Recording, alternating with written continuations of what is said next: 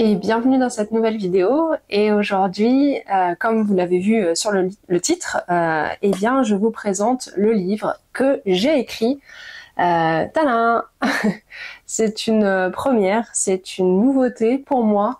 Je n'ai jamais écrit de livre, je n'ai même jamais essayé d'écrire un livre parce que étant petite, j'avais beaucoup de mal à écrire ne serait-ce qu'une rédaction ou écrire des tartines et des tartines de pages à l'école. Donc c'est vraiment un projet qui est arrivé comme ça l'année dernière, en 2023, début d'année dernière. Donc on était aux alentours de mars, avril, quand je me suis dit tiens, pourquoi pas inventer une histoire, créer une histoire et me donner eh bien pour objectif de faire ma saison, parce que je suis saisonnière. Je me suis dit pourquoi pas pendant ces 6-7 mois de saison, eh bien écrire une histoire et me donner un challenge, un objectif à remplir. Et ben voilà, j'ai réussi, alors pas en 6-7 mois, mais plutôt en 11 mois, ce qui est quand même pas trop mal. Je suis contente de l'avoir finalisé, d'avoir pu aller jusqu'au bout, en tout cas de cette première partie, puisqu'il n'est pas édité, il n'est pas publié. C'est moi qui ai juste choisi de le faire imprimer via un site qui s'appelle Colibri. Voilà, vous avez ça ici. Et donc il n'est pas du tout en vente, il n'est pas disponible encore, mais j'y travaille.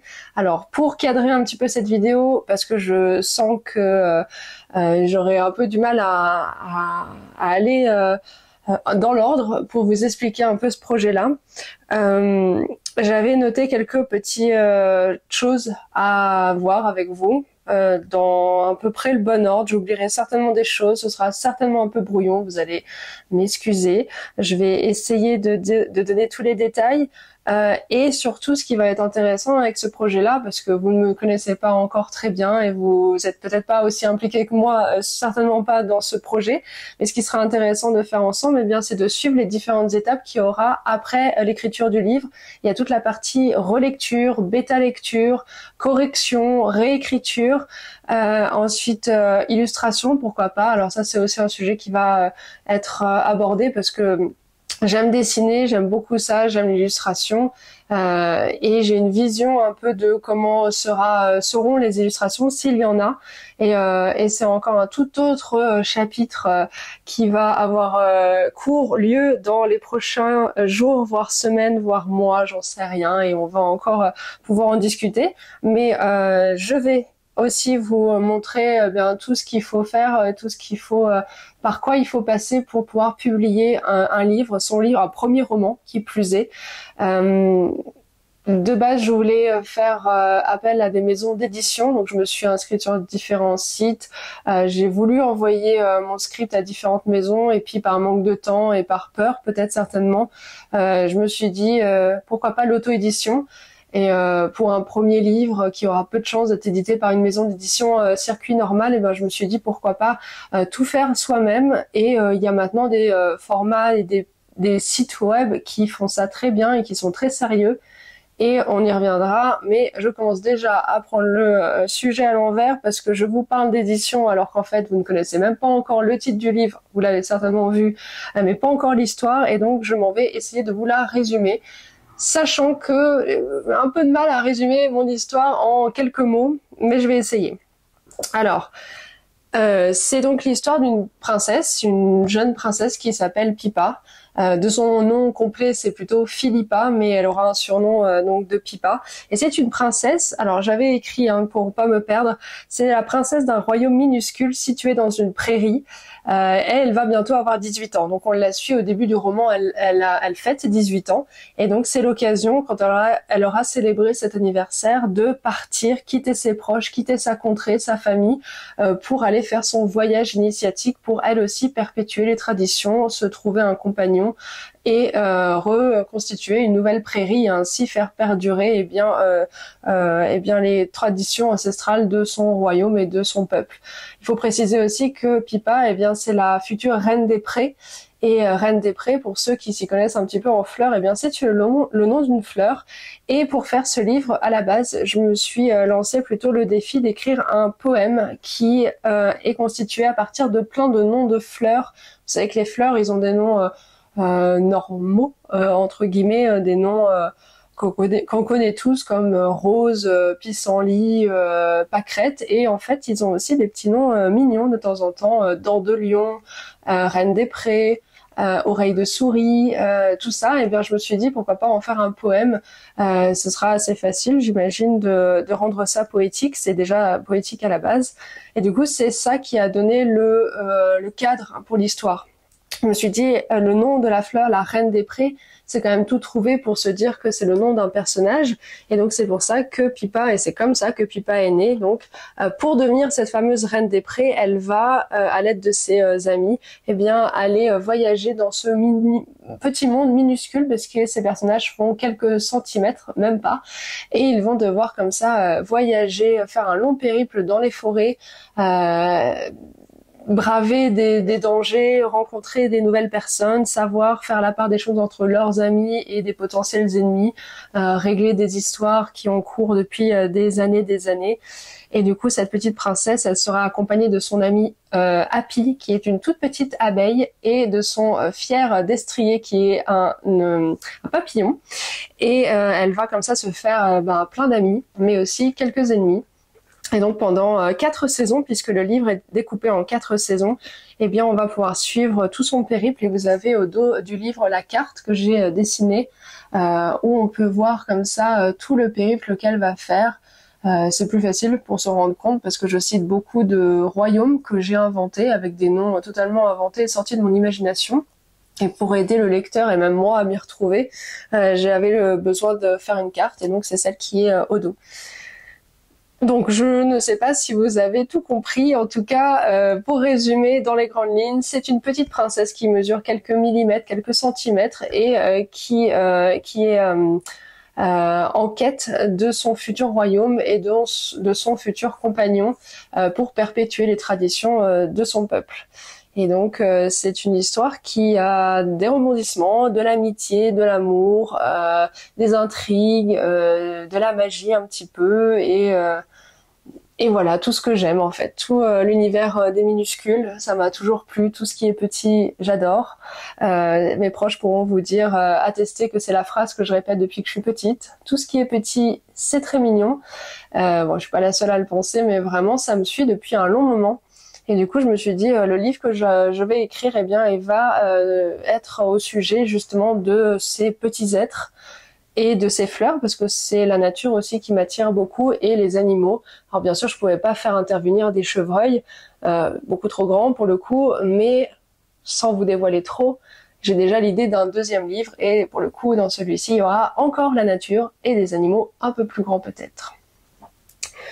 Et donc, à la fin de ma saison, l'année dernière, à la fin des 7 mois de saison, on était en octobre, et j'avais pas encore fini le livre. J'en étais arrivée à la fin de la deuxième partie, donc à la fin du chapitre été, de la grande partie été, qui contient 5 chapitres. Et je m'étais dit à la fin de l'année, en décembre, j'aurais fini, puisque après j'étais à la maison, donc j'avais tout le loisir de le faire. Et il faut aussi que je vous précise une chose, c'est que je n'en ai parlé à personne de ce livre, de la conception, de l'écriture de ce livre. Du coup, pour vous donner un peu l'ambiance, le contexte, même mon compagnon ne savait pas du tout que j'écrivais un livre. Alors ça veut dire qu'à chaque fois que je quittais le travail avant lui et que je pouvais promener les chiens en rentrant du travail et que je pouvais me poser avec mon ordinateur sur le canapé et écrire une demi-heure, 1 heure, 2 heures, peu importe, le temps qu'il n'était pas là, eh bien c'est ce que je faisais.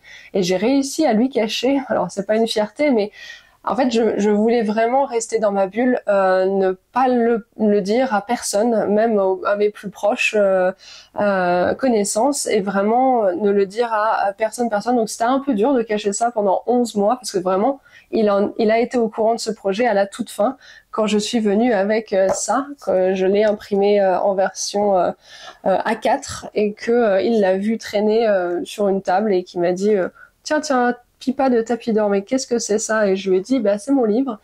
Et là, c'était le début où j'ai enfin pu dire à quelqu'un que j'avais écrit un livre et que j'étais allée jusqu'au bout et que j'avais mis le point final début de cette année, en février, d'ailleurs le 14 février, la Saint-Valentin, j'ai fini et j'ai écrit le mot fin.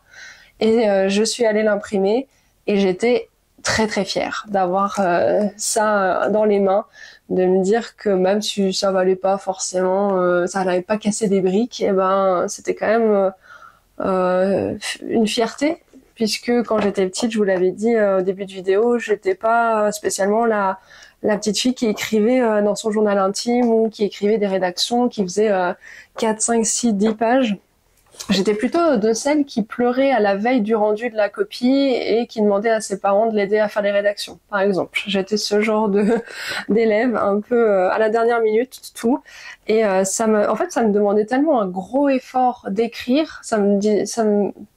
J'avais l'impression que c'était un effort en fait, ça me faisait pleurer à chaque fois. Alors c'est pour ça, quand j'ai grandi, je me suis dit, il y avait forcément un truc caché sous-jacent. Parce qu'en fait, de se dire que ça remuait autant de choses alors que c'était pas grand chose, d'écrire une rédaction sur un sujet, finalement, c'est pas si grave, c'est pas grave du tout.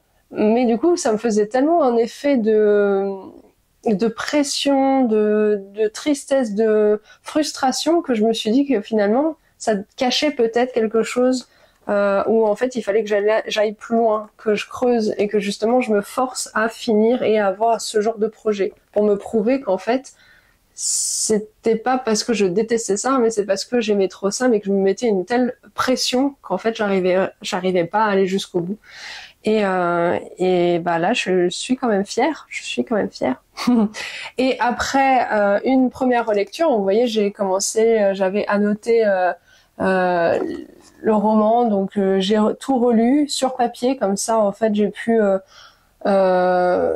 voir plus de fautes, j'ai pu annoter comme je voulais. Sur l'ordinateur c'est pas pareil, je voyais moins, j'étais trop le nez dedans, donc j'arrivais plus à m'éloigner de ça et à voir ce qui n'allait pas.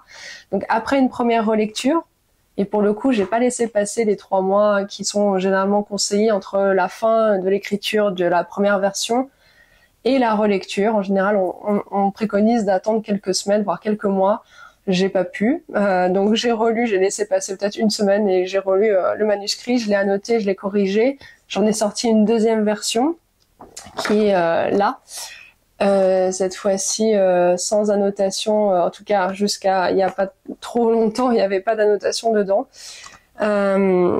Et là, j'y ai pu retoucher. Et je dis jusqu'à présent, il n'y avait pas d'annotation. Et là, il y en a de nouveau. C'est parce que ma maman est venue nous rendre visite et elle est repartie il y a quelques jours.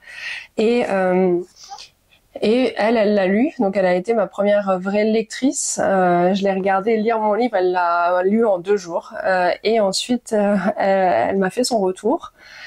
Et elle a voulu corriger les fautes de syntaxe, d'orthographe, de conjugaison, qui apparemment étaient nombreuses, et ça je veux bien le croire.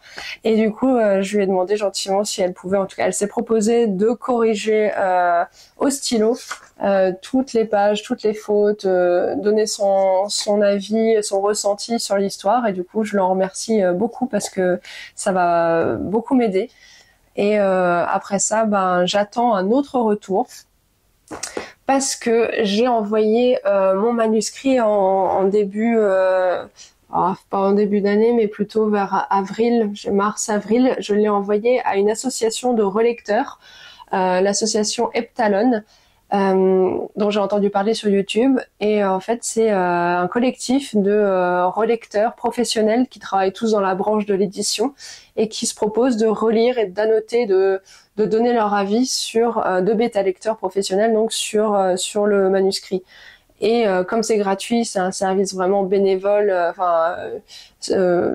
sur le bon vouloir de eux, finalement, il y a un délai assez long à observer avant qu'ils traitent le roman, le manuscrit, donc c'est environ 6 mois. Donc comme je l'ai envoyé vers mars-avril, je m'attendais pas à avoir de retour avant septembre, octobre minimum. Et j'ai eu la chance et le grand plaisir de voir, en même temps que ma mère était là et qu'elle relisait mon livre, le mail me demandant de confirmer que c'était bien cette version-là qu'il fallait relire et que j'en avais pas fait une autre entre-temps. Et comme non, c'était bon, j'avais rien retouché, je leur ai donné le feu vert et ils m'ont dit c'est bon, on commence à le relire. Donc là, ça date de dimanche dernier. Donc ouais, ça fait déjà une semaine. Donc j'ai hâte. En même temps, ça me va bien qu'elle prenne son temps parce que je sais que c'est une femme qui va relire mon roman. Donc ça me fait plaisir qu'elle prenne son temps pour ne pas qu'elle se presse et qu'elle me donne son ressenti trop rapidement. Et ça se trouve, il y a quand même beaucoup de choses à redire. Et j'attends donc d'avoir le retour de ma mère, donc que j'ai bien en tête encore, et le retour de cette bêta lectrice de métier, qui a plus l'habitude de traiter des romans, pour pouvoir justement m'y remettre, m'y replonger. Donc là, ça fait quand même un moment que j'y ai pas retouché, que je suis pas revenue dans l'histoire. Et j'ai peur en fait que ce moment de relecture, de réécriture soit fastidieuse. Parce que autant quand je me lance dans un projet, j'y vais, franco, j'hésite pas, je donne tous les moyens, j'y vais à fond, je pense que à ça, je pense que à l'objectif final de je vais faire ça, je vais créer ça, ça va être une première, c'est challengeant, j'adore. Autant quand on arrive vers la fin du projet, les dernières étapes pour le rendre vraiment concret, c'est là où ça pêche un peu et c'est là où en général mes projets s'arrêtent. Comme si en fait la dernière étape, le dernier palier, la dernière marche pour montrer ça aux autres et ne plus le garder secret, finalement ça bloquait. Donc ce que je me suis dit avec ce projet, c'est que non, je m'arrêterai pas tant qu'il ne sera pas disponible en librairie. Alors il pourra être disponible sur internet, pourquoi pas, mais c'est pas la fin que je souhaite atteindre. Moi, mon objectif vraiment numéro 1, c'est de pouvoir me dire je vais dans une librairie et je peux trouver mon roman et je peux l'acheter et les autres personnes peuvent l'acheter aussi. Et même s'il rencontrera pas forcément un succès incroyable, et ce sera pas le best-seller et tout ça, même si je lui souhaite, ça sera toujours ça. Et je pourrais toujours me dire, j'ai écrit un livre et j'ai quand même déjà très envie d'en écrire un deuxième. Ça fait beaucoup de blabla. J'espère que vous suivez toujours. En ce qui concerne la publication, l'édition, je vous ai dit au tout début, quand j'ai eu fini d'écrire le livre, je l'ai déposé, le manuscrit, j'ai déposé virtuellement sur un site, sur une plateforme qui s'appelle Éditez-nous. Éditons-nous. Éditez-nous, je crois. Oui, c'est ça. Éditez-nous, et en fait, c'est un endroit où vous déposez votre manuscrit, vous faites une description, vous le rangez par catégorie. Ah oui, j'ai oublié de vous dire, la catégorie de ce roman Pipa de tapis d'or, ce sera pour la jeunesse déjà, et ce sera une tranche d'âge. Alors ça, j'ai encore un peu de mal à le dire, mais ce sera, je dirais, entre 7 10 ans. Je sais pas si c'est une catégorie qui existe, mais c'est à peu près la tranche d'âge que j'imagine. On peut apprécier l'histoire au maximum, même si les adultes, moi par exemple, j'aime ce genre d'histoire un petit peu féerique, un petit peu aventure, amitié, péripéties, mais sinon les plus jeunes aussi, les parents, moi ma mère me lisait des histoires quand j'étais petite et je vois très bien ce livre lu par des parents à leurs enfants, même s'ils sont pas en âge de lire eux-mêmes. Donc au final, tout ça pour dire que je sais pas exactement quelle tranche d'âge ça va toucher. Mais jeunesse, ça c'est sûr. Et du coup, sur Éditez-nous, on met en ligne son manuscrit et il y a plusieurs maisons d'édition reconnues, Albin Michel, Casterman, Folio, qui vont avoir accès à ces différents manuscrits et c'est plus rapide que d'envoyer son manuscrit à une maison individuellement. Là, au moins, on a une plateforme où toutes les maisons peuvent venir piocher et apparemment ça marche bien. Apparemment, parce qu'en fait ça fait maintenant quelques mois que il est dessus et j'ai pas forcément de retour, de visibilité. En même temps, je fais pas grand chose pour qu'il soit plus visible. J'alimente pas, c'est une espèce de page où on peut vraiment faire une description de soi-même, du roman. Enfin, le roman je l'ai fait, mais j'ai pas poussé au maximum. Donc là j'ai pas de retour et en final j'ai trouvé un autre site qui est plutôt bien parce que sur le site de Éditez-nous, il n'y a pas d'auto-édition, donc c'est vraiment juste des maisons d'édition qui vont venir piocher. Donc il y a que nous qui devons attendre finalement d'avoir une réponse. Moi, ce que je voulais, c'est être un peu plus active. Et j'avais donc j'ai édité, j'ai publié, enfin, j'ai imprimé ce livre pour l'avoir en version poche, en version finale dans ma main pour avoir la satisfaction de l'avoir. Je l'ai imprimé avec ce site, donc Colibri. Et sur Colibri, je crois qu'il propose aussi un petit peu des trucs des étapes d'auto-édition, mais ça me plaisait pas forcément, c'était peu clair, et du coup je me suis dit qu'il fallait que je fasse des recherches et que je trouve une plateforme qui permettait de s'auto-éditer de façon facile, claire, parce que c'est facile de s'y perdre dans tout ce qu'il faut faire.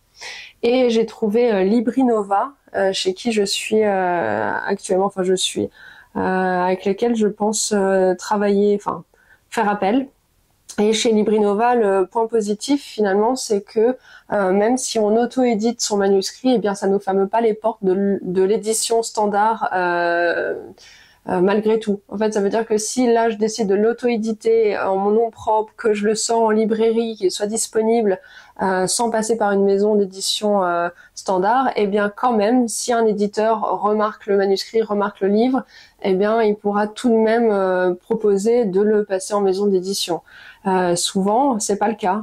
Si on décide de l'auto-éditer, eh ben ça nous ferme les portes des maisons d'édition. Donc c'est pour ça que Librinova m'a semblé une bonne option, parce que à terme, j'aimerais quand même bien que ce soit une maison d'édition reconnue qui s'en empare et qu'ils le prennent, parce que c'est toujours mieux, ça évite les frais et puis finalement c'est un peu synonyme de visibilité et de pourquoi pas succès. Mais en attendant, Librinova, il propose des services à chaque instant, à chaque étape. Donc là, j'ai déjà pris le service relecture.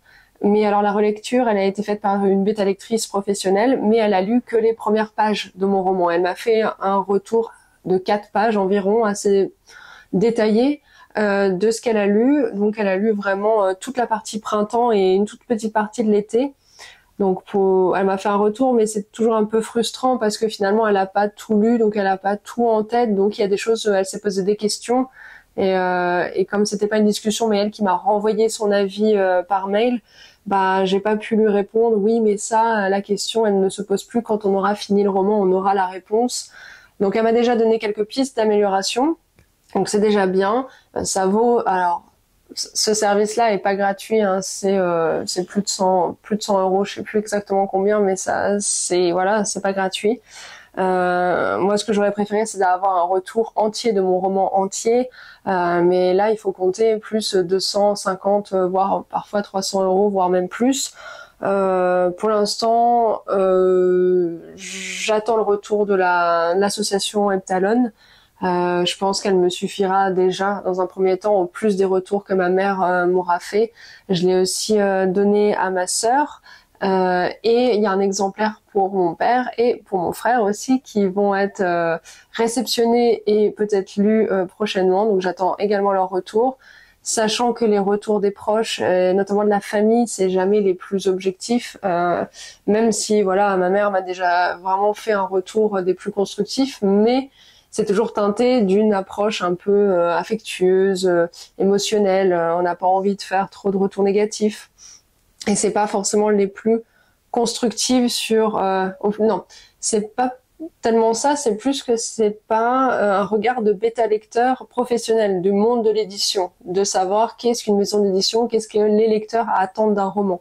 Même si ma mère lit beaucoup, c'est pas forcément ce type de roman qu'elle a l'habitude de lire et elle sait pas forcément ce que les éditeurs attendent et ce que le public attend. Donc donc j'attends d'avoir le retour de tout ce beau monde pour pouvoir me replonger dedans. Et j'ai pour objectif quand même, parce qu'il faut se fixer des objectifs, surtout pour une personne comme moi qui a tendance à s'éparpiller un peu partout dans tous les projets. L'objectif là, c'est qu'en décembre, pour Noël, j'aimerais bien quand même pouvoir sortir ce livre, l'avoir en tout cas en format définitif. J'ai en plus une idée assez pas précise puisqu'elle est pas forcément arrêtée, mais je vois à peu près comment j'aimerais que la couverture soit, comment j'aimerais que les illustrations soient également. J'aimerais bien que la couverture soit dure, pas forcément molle comme ça. J'aimerais que la tranche soit dorée, par exemple. J'adore les livres où la tranche sont dorées, donc j'adorerais que ce soit le cas pour mon livre. Pareil, je vous ai dit au tout début que j'aimerais bien faire les illustrations parce que ce serait un peu dommage et frustrant de faire appel à quelqu'un d'autre alors que je dessine depuis mon plus jeune âge. Mais en même temps, c'est une pression supplémentaire. Ça part un peu dans tous les sens dans ma tête de se dire il faut que je m'arrête à un visuel pour chaque personnage. Et il y en a quand même pas mal de personnages dans l'histoire. Il y a aussi des paysages emblématiques. Il y a des animaux mignons, impressionnants, qui font peur. Il y a des méchants. Il y a des gentils. Il y a plein de petits détails, de petits objets aussi. J'ai ça en tête et je l'ai écrit et je l'ai décrit avec justement ce côté un petit peu précis, détaillé, mais tout en laissant quand même la place à l'imagination parce que je me dis que moi en tant que lectrice quand j'étais plus jeune, j'avais pas forcément des dessins dans tous les livres que je lisais, mais ça m'empêchait pas finalement d'avoir une image, une représentation et ça laisse justement la liberté d'imaginer comme on le souhaite. Alors parfois on imagine peut-être moins bien que ce que la réalité est, ou alors un film va nous montrer une réalité qui est peut-être mieux que ce qu'on avait en tête, mais c'est rare quand même. Souvent c'est l'imagination qui fait le travail et c'est dur justement pour les films ou pour les dessins animés de rattraper ça en fait finalement. Moi qui suis très fan d'Alice au Pays des Merveilles, pendant longtemps ma maman me l'a raconté, me l'a lu quand j'étais petite et j'avais une idée de comment c'était, de comment les personnages étaient, que le monde était. Et moi la version Disney par exemple, je suis pas la plus grande fan. J'aime bien mais c'est pas exactement comme ça que je le voyais. Et pire encore la version Tim Burton, c'est vraiment pas comme ça que je le vois non plus. Mais bref, c'est un autre sujet. Et du coup, je me disais en gros, oui, les illustrations, ce serait bien que je les fasse moi, mais en même temps, à chaque fois que je me fixe certains sujets d'illustration, certaines pages, certains personnages, paysages, objets que j'aimerais dessiner, et ben à chaque fois que je me retrouve confrontée au dessin, je suis insatisfaite. Alors, vous allez me dire, oui, mais on est toujours insatisfait de ce qu'on fait. Enfin, on est souvent pointilleux, exigeant et perfectionniste. Mais là, c'est un autre point, c'est un autre sujet où en fait, je me retrouve à trop restreindre le visuel des personnages et des objets, tout ça. Et j'aimerais justement pas le faire. J'aimerais que le lecteur, il se sente vraiment libre d'imaginer Pipa comme il le souhaite, Ino, le petit papillon également, Tapidor, la contrée de la princesse d'une façon, les montagnes bleues, les méchants. Le périple dans la forêt avec la taille qu'il a en tête, tout ça, ben c'est vraiment libre, laissé libre au lecteur. Et du coup, j'ai fini par me dire, je vais juste faire la couverture et c'est déjà un gros morceau parce qu'il faut pas se louper sur la couverture, c'est quand même ce qui donne envie. Moi, la première d'acheter ou pas un roman. Si je vous montre tous les romans que j'ai achetés dernièrement, ils ont tous la même chose en commun, c'est qu'ils sont beaux. Ils sont vraiment beaux, c'est des beaux livres en tissu avec de la dorure. Même il y en a un là dernièrement que j'ai acheté que je n'ai pas encore lu et que je sais pas du tout si je vais aimer, mais en tout cas la couverture était très très jolie. Du coup c'est là où vraiment je pense que je vais mettre un point d'honneur à la réussir. Et comme ça parle de fleurs, on a vraiment beaucoup de fleurs sauvages, de fleurs des champs qui sont mes préférées.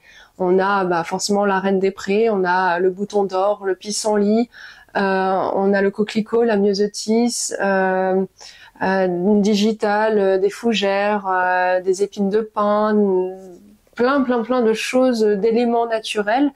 Et en fait, je me disais pourquoi pas faire une couverture avec toutes ces espèces différentes de fleurs, mais assez pas quelque chose de trop too much, mais quelque chose d'assez féminin, discret, délicat. Moi, j'adore l'aquarelle, donc pourquoi pas passer avec ce médium-là. Refaire le visuel de la carte avec un peu plus de poésie, parce que là, c'était vraiment tout bêtement pour m'aider moi à m'y retrouver, mais finalement je la trouvais quand même assez chouette pour la mettre sur le prototype. Mais voilà, on en est là. Donc déjà le gros morceau dans les prochains moments, les prochains temps qui vont arriver, ça va être d'avoir le retour de la bêta lectrice, de me replonger dans la relecture et dans la réécriture, ce qui va être un gros morceau. Et après, s'il me reste un peu de temps, d'énergie et de volonté à faire ça, l'illustration, mais ça je pense que quand même l'illustration de la couverture, faudra quand même que je le fasse moi, parce que c'est pas non plus un travail incroyable à faire. Ça va pas me demander non plus des mois et des mois. Et du coup, ce sera bien, je pense, de pouvoir finaliser le projet en mettant ma propre patte sur la couverture.